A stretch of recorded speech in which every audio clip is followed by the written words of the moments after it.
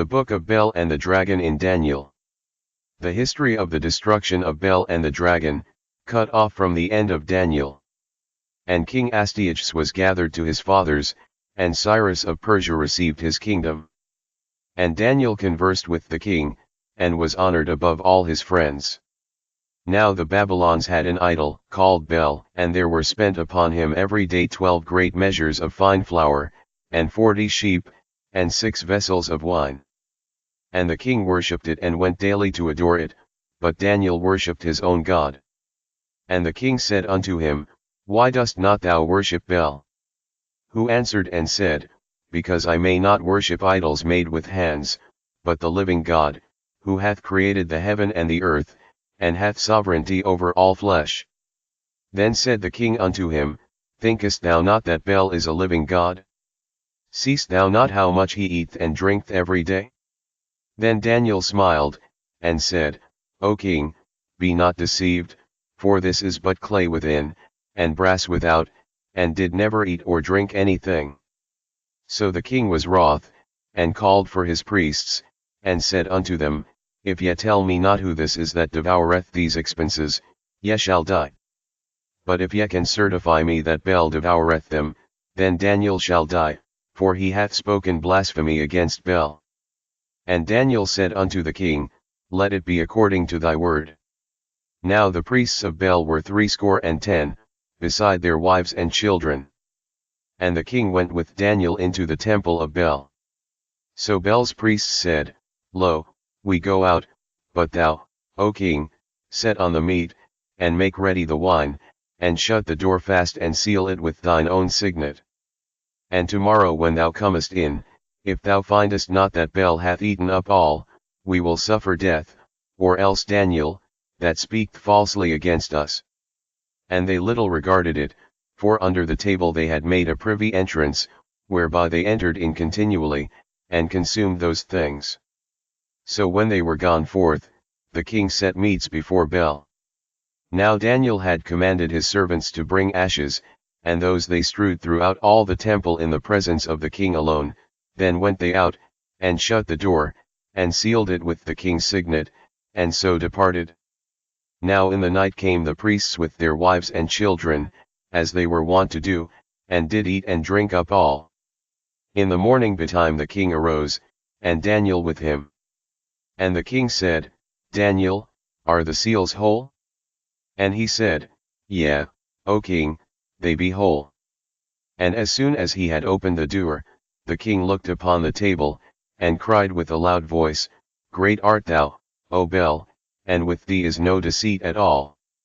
Then laughed Daniel, and held the king that he should not go in, and said, Behold now the pavement, and mark well whose footsteps are these.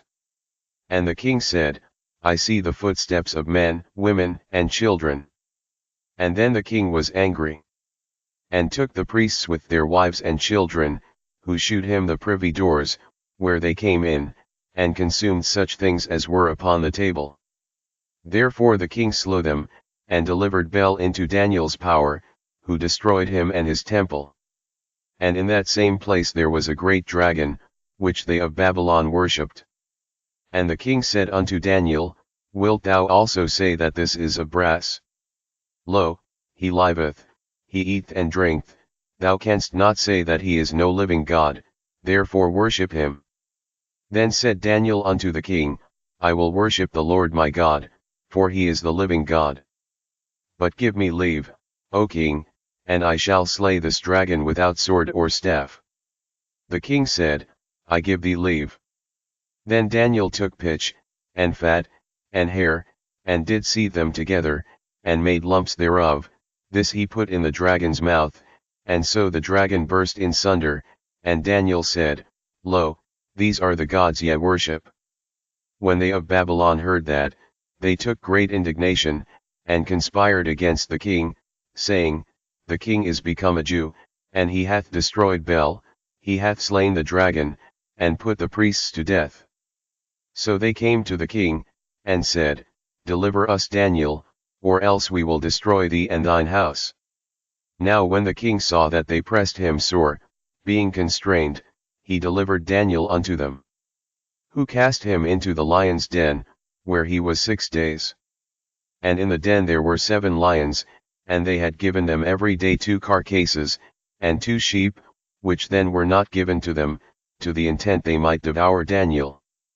Now there was in Judea a prophet, called Habakkuk, who had made pottage, and had broken bread in a bowl, and was going into the field, for to bring it to the reapers.